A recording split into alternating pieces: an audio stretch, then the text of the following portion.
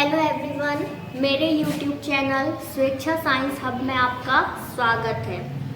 आज डेट है 16 फरवरी 2024 और जैसा कि मध्य प्रदेश वाले जानते हैं कि एमपी बोर्ड के 12th क्लास और 10th क्लास के एग्ज़ाम चल रहे हैं। तो 21 फरवरी 2024 को 12th क्लास का एमपी बोर्ड का केमिस्ट्री का पेपर है। और जैसा कि आप लोग मेरे चैनल का नाम देख रहे हैं कि ये साइंस से रिलेटेड है, तो 12th क्लास के केमिस्ट्री के पेपर को देखते हुए, जो कि अभी आने वाली 21 फरवरी को है, तो ये जो 4 दिन बचे हुए हैं, आज 16 फरवरी हो गया, तो 16 फरवरी, 17 फरवरी, 18 फरवरी और 19 फरवरी, इन 4 दिनों में मैं क्लास 12th के केमिस्ट्री के कुछ जो टफ टॉपिक हैं या कुछ बेसिक टॉपिक हैं, उनको मैं अपने YouTube चैनल में 4 दिन में अपलोड करूँगी। तो इन 4 दिनों में अपलोड होने वाले जो टॉपिक हैं उनमें है, जो आज मैं बताऊँगी, उपसंयोजी यौगिक जो चैप्टर है उसके बारे में। उपसंयोजी यौगिक चैप्टर के जो कुछ IMP क्वेश्चंस हैं और उपसंयोजी यौगिक का IUPAC नेमिंग जो कि मोस्ट IMP है। आज के वीडियो में तो ये चैप्टर को हम देखेंगे। इसके अलावा जो और टॉपिक हैं जो इन 4 दिनों में 12th क्लास वाले जो केमिस्ट्री का पेपर देने वाले हैं 21 तारीख को, वो भी ध्यान दे लें। यदि उन्हें भी इन टॉपिक्स में कठिनाई जाती है तो वो ज़रूर वीडियो को देखें।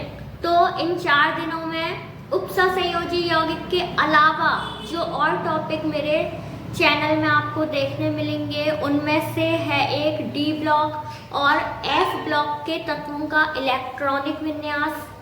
इसके अलावा जो ऑर्गेनिक केमिस्ट्री होती है, ऑर्गेनिक केमिस्ट्री की बेसिक स्टूडेंट्स की बहुत कमज़ोर होती है। तो पूरी ऑर्गेनिक केमिस्ट्री की जो बेसिक है कि IUPAC नेमिंग कैसे किया जाता है और एल्केन, एल्कीन, एल्काइन का नॉमनक्लेचर, IUPAC नेमिंग और क्रियात्मक समूह युक्त यौगिकों का IUPAC नेमिंग, एरोमेटिक यौगिक का IUPAC नेमिंग। क्योंकि जब तक आपको नाम नहीं पता होगा, सूत्र नहीं पता होगा, तो आगे आप ऑर्गेनिक केमिस्ट्री की जो रिएक्शन वगैरह है या और अन्य जो टॉपिक हैं उनको नहीं कर सकते। तो उपसंयोजी यौगिक के अलावा ऑर्गेनिक केमिस्ट्री की बेसिक की वीडियो, फुल बेसिक वीडियो मेरे चैनल में अपलोड होगी। इसके अलावा D ब्लॉक और F ब्लॉक के तत्वों का जो इलेक्ट्रॉनिक विन्यास है उसकी वीडियो अपलोड होगी। और पूरी ऑर्गेनिक केमिस्ट्री जो है क्लास 12th की, उसमें जो चैप्टर है हेलो एल्केन और हेलो एरीन, इसमें जितनी भी नेमिंग रिएक्शन है, नेमिंग रिएक्शन की वीडियो अपलोड होगी। अल्कोहल, फिनॉल और ईथर जो चैप्टर है उसकी जितनी भी नेमिंग रिएक्शन है उसकी वीडियो अपलोड होगी। और इसके बाद जो चैप्टर है एल्डिहाइड वाला, कार्बोक्सिलिक अम्ल वाला, उसकी जो नेमिंग रिएक्शन की वीडियो है वो अपलोड होगी। और इन नेमिंग रिएक्शन के साथ में यदि कुछ ट्रिक हो सकती होगी तो मैं कोशिश करूँगी कि ट्रिक के साथ नेमिंग रिएक्शन को बताऊं। और पूरी नेमिंग रिएक्शन जितनी भी हैं वो सभी इन 4 दिन में आपको वीडियो मिल जाएगी। और कोशिश करूंगी कि जो रासायनिक समीकरण होते हैं ऑर्गेनिक केमिस्ट्री के, वो एग्जाम में आते हैं अधूरे रासायनिक समीकरण, उनको आपको पूर्ण करना होता है। तो उनको भी कैसे पूर्ण करें हो सकेगा तो मैं इसकी भी वीडियो अपलोड करूंगी। तो यदि आपने मेरे चैनल को सब्सक्राइब नहीं किया है तो सब्सक्राइब जरूर कर लें, जिससे इन 4 दिनों में यदि आपका कोई कठिनाई वाला टॉपिक है तो उसकी वीडियो आपसे चूक ना जाए। तो चलिए स्टार्ट करते हैं हम आज का जो चैप्टर है उपसंयोजी यौगिक, कोऑर्डिनेशन कंपाउंड। तो जो केमिस्ट्री का ये उपसहसंयोजी यौगिक चैप्टर है। उपसहसंयोजी यौगिक क्या होते हैं? ऐसे यौगिक जिनमें उपसहसंयोजी बंध पाया जाता है। मतलब जो भी यौगिक है, यदि वो उपसहसंयोजी यौगिक है तो उसमें कहीं ना कहीं उपसहसंयोजी बंध जरूर पाया जाएगा।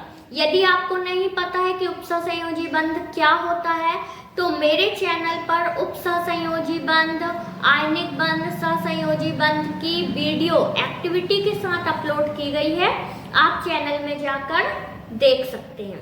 तो आज हम फोकस करते हैं अपने चैप्टर पर जो कि है उपसहसंयोजी यौगिक कोऑर्डिनेशन बॉन्ड। कोऑर्डिनेशन बॉन्ड पाया जाएगा, कोऑर्डिनेशन कंपाउंड्स कहेंगे हम इन यौगिक को इंग्लिश में।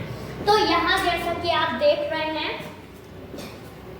सबसे पहले तो हम थोड़ा सा उपसहसंयोजी यौगिक के पहले थोड़ा सा हम इंट्रोडक्शन देखेंगे कि ये उपसहसंयोजी यौगिक है, ये आएगा कैसे, ठीक है ना। तो पहले हम थोड़ा सा इंट्रोडक्शन देखेंगे कि जब दो या दो से अधिक सामान्य लवणों को, यहाँ पर आप शब्द एक आया है लवण। लवण आप लोग जानते हैं क्या होता है? जब अम्ल और क्षार को मिलाया जाता है तो किसका निर्माण होता है? लवण का निर्माण होता है। जैसे मान लीजिए हम HCl हाइड्रोक्लोरिक अम्ल है और NaOH सोडियम हाइड्रोक्साइड, इन दोनों को हम यदि देखें तो HCl क्या हुआ? अम्ल हुआ, और सोडियम हाइड्रोक्साइड क्या हुआ? क्षार हुआ। जब हम अम्ल और क्षार को मिक्स करते हैं एक साथ तो किसका निर्माण होगा? लवण का निर्माण होगा। तो HCl और NaOH को जब हम मिक्स करेंगे तो एक अम्ल है और एक क्षार है, तो हमको क्या प्राप्त हो जाएगा? NaCl सोडियम क्लोराइड, जो कि क्या है? लवण है।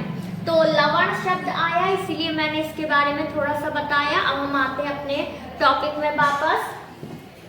तो जब दो या दो से अधिक सामान्य लवणों को एक निश्चित अनुपात में मिलाकर क्या किया है? हमने सामान्य लवण लिए हैं, दो या दो से अधिक ले सकते हैं हम, उनको क्या किया है? हमने एक निश्चित अनुपात में मिलाया है। अब लवण जैसे आप यहाँ देख सकते हैं, ये मैंने यहाँ कुछ लवण रखे हुए हैं, जैसे ये फेरस सल्फेट है, अभी मैं इसको आपको निकाल कर दिखाऊंगी। और ये अमोनियम सल्फेट है, ये देख सकते हैं आप, ये अमोनियम सल्फेट है। ये पोटेशियम फेरोसाइनाइड है। तो ये कुछ लवण हैं जो इस टॉपिक को समझाने के लिए मैंने यहाँ रखे हुए हैं। तो जब दो या दो से अधिक लवणों को एक निश्चित अनुपात में मिलाकर क्या किया है? एक निश्चित अनुपात में मिलाया है। जैसे मान लीजिए ये दो लवण हैं, एक ये लवण हो गया, एक ये लवण हो गया। क्या है ये? फेरस सल्फेट है और ये है अमोनियम सल्फेट है। क्या किया हमने? एक निश्चित अनुपात में दोनों को मिक्स कर लिया,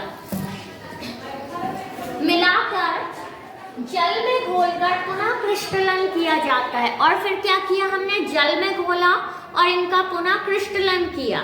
मतलब जल में घोला और फिर से क्या किया? इनको क्रिस्टलाइजेशन किया, फिर से ये ऐसे क्रिस्टल के रूप में बनाए गए। तो एक नए यौगिक के क्रिस्टल प्राप्त होते हैं जब हम ये दो अलग अलग लवणों को मिक्स कर रहे हैं, जल में घोल के इनका फिर से क्या कर रहे हैं? क्रिस्टल बना रहे हैं।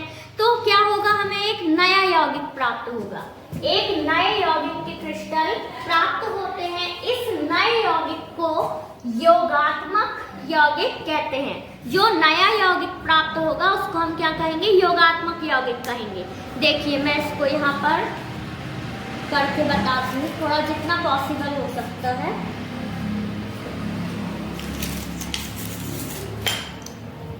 ये मैंने वॉच ग्लास ली, इस वॉच ग्लास में हमने फेरस सल्फेट और अमोनियम सल्फेट दोनों लवण लिए, दोनों ये लवण है, ठीक है, दोनों लवण लिए।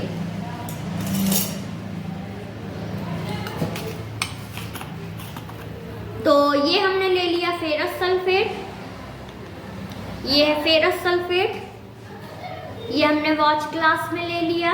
अब इसके बाद इसमें इसी में हम ले लेते हैं क्या? ये है अमोनियम सल्फेट, तो अमोनियम सल्फेट को भी ले लेते हैं हम। ये है अमोनियम सल्फेट। देखिए ये वॉच ग्लास में हम फेरस सल्फेट ले चुके हैं पहले से, इसी में हमने मिक्स कर दिया ये अमोनियम सल्फेट, ये मिक्स कर दिया हमने। अब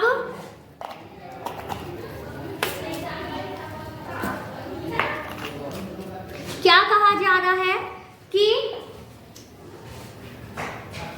निश्चित अनुपात में मिलाकर, ये निश्चित अनुपात में मिलाकर जल में घोलकर, अब इसको हम क्या कर दें, जल में घोल दें और पुनः क्रिस्टलन किया जाता है। मतलब जल में घोल दिया और फिर से इसको क्या किया, प्रोसेस के द्वारा सुखाकर या वाष्पन विधि द्वारा क्या किया जाएगा, इसका फिर से क्रिस्टल बनाया जाएगा।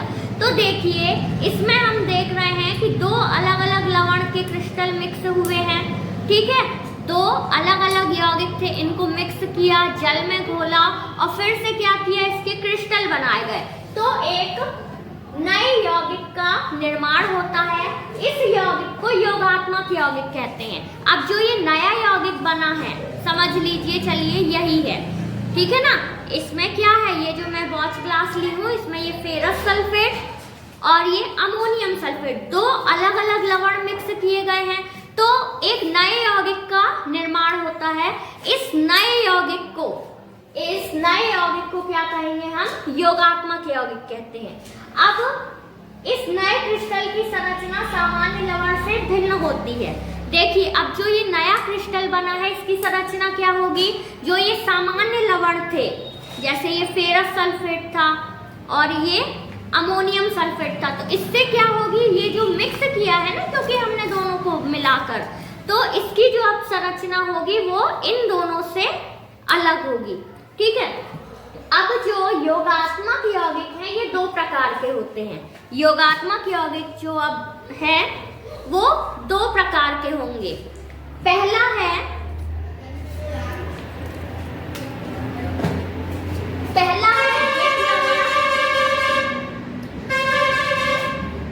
मेन रोड पर वीडियो बन रही है, इसीलिए आप लोगों को गाड़ियों वगैरह की आवाज सुनाई दे सकती है। तो पहला है द्विक लवण। द्विक लवण को इंग्लिश में कहेंगे डबल सॉल्ट्स, और दूसरा है संकुल लवण।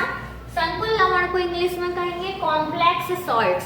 संकुल लवण को ही कहा जाता है उपसहसंयोजी यौगिक, जो कि जिस पर ये पूरा चैप्टर बेस है, उपसहसंयोजी यौगिक। तो जो हमने यहाँ पर देखा कि जो नए यौगिक का निर्माण होता है उसको हम योगात्मक यौगिक कहते हैं, और योगात्मक यौगिक दो प्रकार के होंगे। पहला तो है ये द्विक लवण, जिसको डबल सॉल्ट्स कहेंगे, और दूसरा है संकुल लवण या उपसहसंयोजी यौगिक। तो अब द्विक लवण और संकुल लवण या उपसहसंयोजी यौगिक में क्या अंतर है, ये देखते हैं हम। तो देखिए, यदि आप लोगों को एग्जाम में, ये एक आईएमपी टॉपिक है, द्विक लवण और संकुल लवण में अंतर आईएमपी टॉपिक है, कई बार एग्जाम में ये क्वेश्चन आया है। तो यदि ये क्वेश्चन 2 मार्क्स का आता है तो आप लोग 2 अंतर लिखेंगे, यदि 3 मार्क्स का आता है तो 3 अंतर लिखेंगे, 4 मार्क्स का आता है तो 4 अंतर लिखेंगे। अब अंतर लिखने का तरीका कैसा होना चाहिए, तो देखिए जैसा मैंने यहाँ पर लिखा है, सबसे पहले ऊपर अच्छे से हमने हेडिंग डाली, जिन भी टॉपिक्स में हमें अंतर लिखना है, फिर हेडिंग डालने के बाद उसको अच्छे से अंडरलाइन किया है। इसके बाद फिर साइड में हम बीच से 2 कॉलम तो कर ही लेंगे और फिर ये इस तरह से हम हेडिंग डालेंगे। इसके बाद साइड में हम क्या डालेंगे, यहाँ नंबर डालेंगे। तो पहला नंबर, अब देखिए यहाँ पर आप देख रहे होंगे कि जैसे इस कॉलम में जो पहला पॉइंट है वो 2 लाइन में आया है, और इस कॉलम में पहला पॉइंट जो है वो 1 लाइन में आया है। तो दोनों कॉलम में पहला आप नंबर डालेंगे, तो पहला नंबर जितने लाइन में आता है उसके बाद दोनों कॉलम में दूसरा नंबर न्यू लाइन से शुरू करेंगे, मतलब बराबर होना चाहिए, ठीक है। यहाँ मेरा थोड़ा सा ऊपर लिख गया है, तो हर जो न्यू पॉइंट हो वो आपके दोनों कॉलम में सेम लाइन से शुरू होना चाहिए, ठीक है। तो चलिए अब हम देखते हैं कि द्विक लवण और संकुल लवण क्या है। दोनों जो है ये योगात्मक यौगिक के प्रकार है कि हमने दो अलग अलग क्या लिए, लवण लिए, दोनों को मिक्स किया, पानी में मिलाया और फिर उसका क्रिस्टलन किया तो क्या हुआ, नए तरह का यौगिक बना। अब वो जो नए तरह का यौगिक है वो या तो द्विक लवण हो सकता है या संकुल लवण हो सकता है। तो इनमें क्या अंतर है, तो ये अब हम देखेंगे।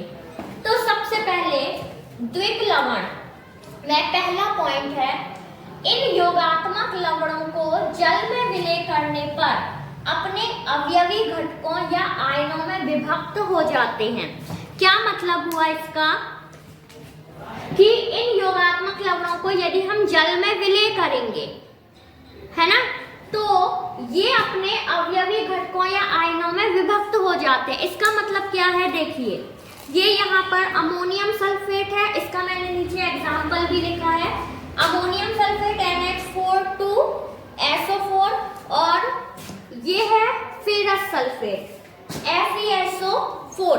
दोनों को हमने मिक्स करके पानी में विलय किया, मतलब और फिर क्रिस्टलाइजेशन किया। तो जो वो क्रिस्टल है उसको यदि हम पानी में विलय करेंगे, या समझ लीजिए कि हम इन दोनों को ही मिक्स कर रहे हैं और पानी में मिला रहे हैं, ठीक है, तो क्या होगा कि पानी में विलय करने से और फिर क्रिस्टलाइजेशन करेंगे तो ये एक नया यौगिक बना, ठीक है। कौन सा यौगिक बना, FeSO4 NH4 ये एक नया यौगिक बना जिसका नाम है फेरस अमोनियम सल्फेट। और इस फेरस अमोनियम सल्फेट को हम क्या बोलते हैं, मोहर लवण बोलते हैं। तो देखिए द्विक लवण क्या होगा कि यदि हम दो अलग अलग लवणों को मिक्स कर रहे हैं, मिक्स करने के बाद पानी में विलय करके उसका क्रिस्टलाइजेशन कर रहे हैं, तो ये एक नया यौगिक बना, फिर ammonium sulphate plus FeSO4 ferrous sulphate, दोनों को हमने मिक्स करके पानी में विलय किया और फिर इसका क्रिस्टलाइजेशन किया, तो फेरस अमोनियम सल्फेट ये नया यौगिक बना। तो द्विक लवण क्या होगा कि ये जो नया यौगिक बना है इसको यदि हम पानी में विलय करेंगे तो ये जिन यौगिकों से मिलके बना है उसमें उपस्थित सभी आयनों का परीक्षण देगा, मतलब सभी आयनों में ये विभक्त हो जाएगा। कौन कौन से आयनों में, जैसे अमोनियम आयन हो गया, सल्फेट आयन हो गया और फेरस आयन हो गया, इन सब में ये क्या हो जाएगा, विभक्त हो जाएगा, ठीक है। ये मतलब हुआ है इसका। एक बार और मैं रिपीट करती हूँ, द्विक लवण का पहला पॉइंट, इन योगात्मक लवणों को जल में विलय करने पर अपने अवयवी घटकों या आयनों में विभक्त हो जाते हैं। तो यहाँ हमने फेरस सल्फेट लिया, अमोनियम सल्फेट लिया, ये अमोनियम सल्फेट और प्लस फेरस सल्फेट, ये है वो दोनों लवण। इन दोनों को हमने मिक्स किया, पानी में विलय किया और फिर से क्रिस्टलाइजेशन किया, मतलब फिर से क्रिस्टल बनाए, तो क्या प्राप्त हुआ, फेरस अमोनियम सल्फेट, जिसको मोहर लवण कहते हैं, ये प्राप्त हुआ। तो जब हम इस मोहर लवण को पानी में विलय करेंगे तो हम देखेंगे कि इन दोनों लवणों में उपस्थित जो आयन है उनका परीक्षण हम इस मोहर लवण में भी देख सकेंगे कि जो इन दोनों अलग अलग लवणों में आयन उपस्थित हैं वो आयन का परीक्षण हमको इस फेरस अमोनियम सल्फेट में भी हम देख पाएंगे। आया समझ में, ठीक है। चलिए अब हम देखते हैं संकुल लवण या उपसंयोजी यौगिक का पहला पॉइंट। तो जो संकुल लवण होते हैं वो आयनों में विभक्त नहीं होते हैं, मतलब यदि हम यहाँ क्या ले लें, FeCN2 आयरन साइनाइड, और KCN पोटेशियम साइनाइड ले लें, ये दो अलग अलग लवण हैं, इनको हमने मिक्स किया, पानी में विलय किया और नए क्रिस्टल बनाए। तो वो नया क्रिस्टल क्या बना है, K4FeCN6 पोटेशियम फेरोसाइनाइड बना है। तो जब हम पोटेशियम फेरोसाइनाइड को पानी में विलय करेंगे और हम चाहेंगे कि ये जो दोनों अलग अलग यौगिक थे, अलग अलग लवण थे, इनमें उपस्थित जो आयन है उनका परीक्षण हमें इस पोटेशियम फेरोसाइनाइड में देखने को मिले तो नहीं मिलेगा। ठीक है, मुझे लग रहा है शायद आप लोगों को थोड़ा समझने में कठिनाई जा रही होगी, इसलिए मैं एक बार और इसको रिपीट करती हूँ। द्वित लवण जो होते हैं, द्वित लवण का एग्जाम्पल यहाँ हमने ammonium sulphate plus ferrous sulphate दोनों लवणों को मिक्स किया। अमोनियम सल्फेट और फेरस सल्फेट में हम देख रहे हैं कि कौन कौन से आयन हमें देखने मिल रहे हैं। अमोनियम आयन NH4+, फिर सल्फेट आयन, फिर Fe फेरस आयन देखने को मिल रहा है। तो इन दोनों लवणों को हम मिक्स कर दिए, पानी में विलय कर दिए और फिर से इनका क्रिस्टल बनाया हमने। तो जो नया क्रिस्टल बना वो बना ये फेरस अमोनियम सल्फेट। तो इस फेरस अमोनियम सल्फेट में भी हमें उन सभी आयनों का परीक्षण देखने को मिलेगा जो इन दोनों अलग अलग लवणों में हमें देखने को मिल रहा था। ये हुआ द्वित लवण। और संकुल लवण में हमने ये दो अलग अलग लवण लिए, FeCN2 और 4KCN। इन दोनों अलग अलग लवणों को हमने लिया, मिक्स किया, पानी में विलय किया और फिर से नए क्रिस्टल बनाए। तो जो नया क्रिस्टल बना वो है K4FeCN6 पोटेशियम फेरोसाइनाइड। अब हम देख रहे हैं कि इन दोनों अलग अलग लवणों में हमें फेरस आयन का परीक्षण देखने मिलेगा। ठीक है, Cn आयन का परीक्षण देखने मिलेगा, पोटेशियम आयन का परीक्षण देखने मिलेगा यदि हम इनको अलग अलग देखेंगे तो। लेकिन जब हम इन दोनों को मिक्स कर दिए, पानी में विलय करके फिर से क्रिस्टल बना लिए, तो ये जो नया यौगिक बना है, नया लवण बना है, इसमें हमें इन आयनों का परीक्षण देखने नहीं मिलेगा। तो ये अंतर हुआ द्वित लवण और संकुल लवण में, पहला पॉइंट। अब दूसरा पॉइंट है कि सभी आयनों का परीक्षण देते हैं। जो द्वित लवण है ये सभी आयनों का परीक्षण देते हैं। तो वही मतलब हुआ जो मैं आपको समझा चुकी हूँ कि पानी में जब ये दो अलग अलग लवण को मिक्स करेंगे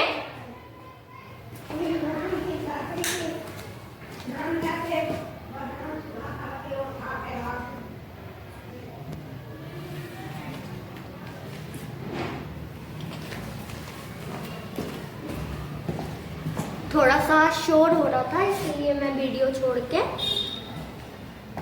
देखने चली गई थी। तो कहाँ थे हम लोग? सेकंड पॉइंट में थे हम लोग कि जो द्वित लवण है, द्वित लवण सभी आयनों का परीक्षण देते हैं। तो मैं ये उदाहरण में ही खैर तीनों पॉइंट समझा चुकी हूँ, तो फिर से देख लेते हैं कि सभी आयनों का परीक्षण देते हैं। मतलब ये दोनों अलग अलग लवण हैं। यदि हम इस लवण में देखें तो NH4+ एक आयन है, SO4 सल्फेट एक आयन है, फेरस एक अलग आयन है।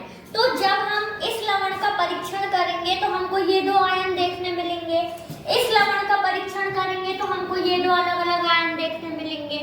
ठीक है ना, आप समझ गए कि हमने मान लीजिए अमोनियम सल्फेट का हम परीक्षण कर रहे हैं तो हमको अमोनियम आयन देखने को मिलेगा और सल्फेट आयन देखने को मिलेगा। फिर हम FeSO4 फेरस सल्फेट लवण का परीक्षण कर रहे हैं तो हमको फेरस आयन देखने मिलेगा और सल्फेट आयन देखने को मिलेगा। अब हमने क्या किया है कि दोनों लवणों को मिक्स कर दिया है, पानी में विलय करके इनके फिर से क्रिस्टल बना लिए हैं जो कि एक नया यौगिक बना है। तो ये जो नया यौगिक है, ये जो नया यौगिक है, अब हम यदि इसमें आयनों का परीक्षण करेंगे तो जो ये अलग अलग लवण आयनों का परीक्षण दे रहे थे, ये नया यौगिक जो कि दोनों लवण से मिलके बना है, ये नया यौगिक भी इन ही आयनों का परीक्षण देगा। तो यही है दूसरे पॉइंट का मतलब। और जो ये संकुल लवण है या उपसहसंयोजी यौगिक हैं, ये आयनों का परीक्षण नहीं देते। मैंने थोड़ा यहाँ शॉर्ट में लिख दिया है, ये आयनों का परीक्षण नहीं देते हैं। तो जैसे एक बार और मैं बता चुकी हूँ कि जैसे यहाँ पे ये FeCN2 है, फेरोसाइनाइड। यदि हम इस लवण का परीक्षण करेंगे तो हमको फेरस आयन मिलेगा और साइनाइड आयन मिलेगा। यदि हम KCN पोटेशियम साइनाइड लवण का परीक्षण करेंगे तो हमको एक पोटेशियम आयन मिलेगा और एक CN साइनाइड आयन मिलेगा। ठीक है ना? इसमें हमको ये एक आयन मिल रहा है और ये एक आयन मिल रहा है। इस अलग लवण में हमको ये एक आयन मिल रहा है और ये एक आयन मिल रहा है। अब हमने क्या किया कि ये जो दो अलग अलग लवण थे, इनको हमने मिक्स कर दिया, पानी में विलय कर दिया और फिर से नए यौगिक के क्रिस्टल बनाए। तो वो जो नया यौगिक बना है वो ये है K4FeCN6 पोटेशियम फेरोसाइनाइड। अब यदि हम इस पोटेशियम फेरोसाइनाइड में आयनों का परीक्षण करेंगे तो हमको ये जो आयन है ये नहीं मिलेंगे। मतलब जो जिन लवणों से मिलके ये बना हुआ है नया यौगिक, ये है नया यौगिक। तो ये जो नया यौगिक है ये इन जो लवणों से मिलकर बना है, इन लवणों में उपस्थित जो आयन थे उनका परीक्षण हमको इस नए यौगिक में नहीं मिलेगा। तो यही मतलब है कि आयनों का परीक्षण नहीं देते हैं। नेक्स्ट पॉइंट देखते हैं अब हम, थर्ड पॉइंट। इसमें धातु आयनिक बंध बनाती है। तो कोई भी जो द्विक लवण होगा और द्विक लवण में जो धातु होगी, जो भी धातु उपस्थित होगी उस पूरे यौगिक में, वो अन्य तत्वों के साथ क्या बनाएगी? आयनिक बंध बनाएगी। आयनिक बंध क्या होता है? जब कोई जो तत्व है वो पूर्ण रूप से इलेक्ट्रॉन को ग्रहण कर ले और दूसरा तत्व दान कर दे। मान लीजिए ये दो अलग अलग तत्व हैं, इसके पास एक इलेक्ट्रॉन ज्यादा है और इसके पास एक इलेक्ट्रॉन की कमी है। तो ये क्या करेगा? एक इलेक्ट्रॉन इसको दान कर देगा और ये ग्रहण कर लेगा। तो इस तरह का जो बंध होता है ये कहलाता है आयनिक बंध।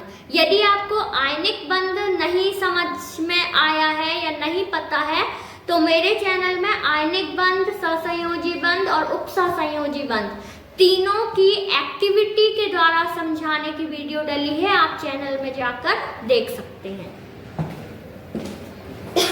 तो जो द्विक लवण होंगे, द्विक लवण में धातु आयनिक बंध बनाती है और जो संकुल लवण या उपसहसंयोजी यौगिक होंगे, इनमें जो धातु है, ये जो धातु है और उससे जुड़ने वाले जो अन्य समूह हैं वो क्या बनाते हैं? उनके मध्य उपसहसंयोजी बंध होता है। कोई भी मान लीजिए संकुल लवण या उपसहसंयोजी यौगिक है, जैसे मान लेते हैं हम ये Fe ही है, तो Fe क्या हो गई? धातु हो गई।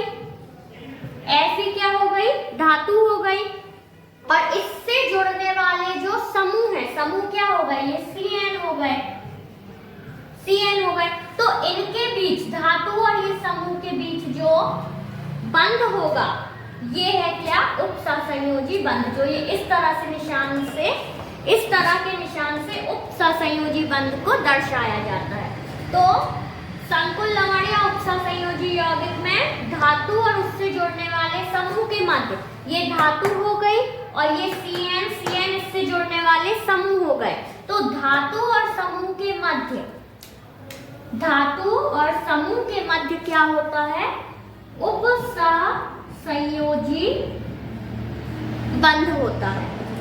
इसके बाद जो चौथा पॉइंट है द्विक लवण और संकुल लवण में, उसमें मैंने एग्जाम्पल लिखे हुए हैं कि NH42SO4 ये है ammonium sulphate plus FeSO4 ferrous sulphate. दो ये अलग अलग लवण हैं, इनको मिक्स करने पे जो द्विक लवण बना है FeSO4.NH4 का whole twice SO4.H2O ferrous ammonium ये क्या है? द्विक लवण है। फेरस अमोनियम सल्फेट क्या है? ये द्विक लवण है। और यहाँ पर जो संकुल लवण या उपसहसंयोजी यौगिक है उसमें हमने FeCN2, iron cyanide, KCN potassium cyanide, इन दोनों अलग अलग लवणों को मिक्स किया है तो हमें प्राप्त हुआ है संकुल लवण K4FeCN6, जिसका नाम है पोटेशियम फेरोसाइनाइड। जो ये पोटेशियम फेरोसाइनाइड है ये क्या है? उपसहसंयोजी यौगिक है।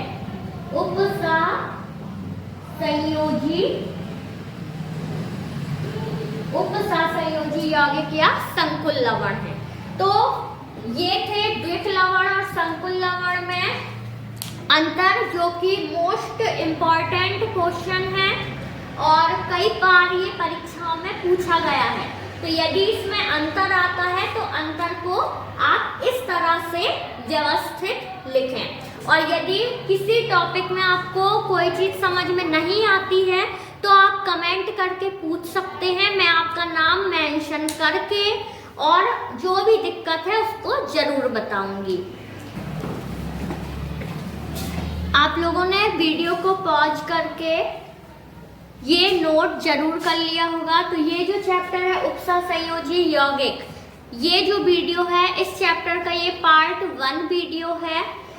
वीडियो बहुत ज़्यादा लंबा हो जाता यदि पूरे चैप्टर का मैं एक ही वीडियो बनाती, तो इसीलिए इस चैप्टर को मैंने कई पार्ट में बनाया है।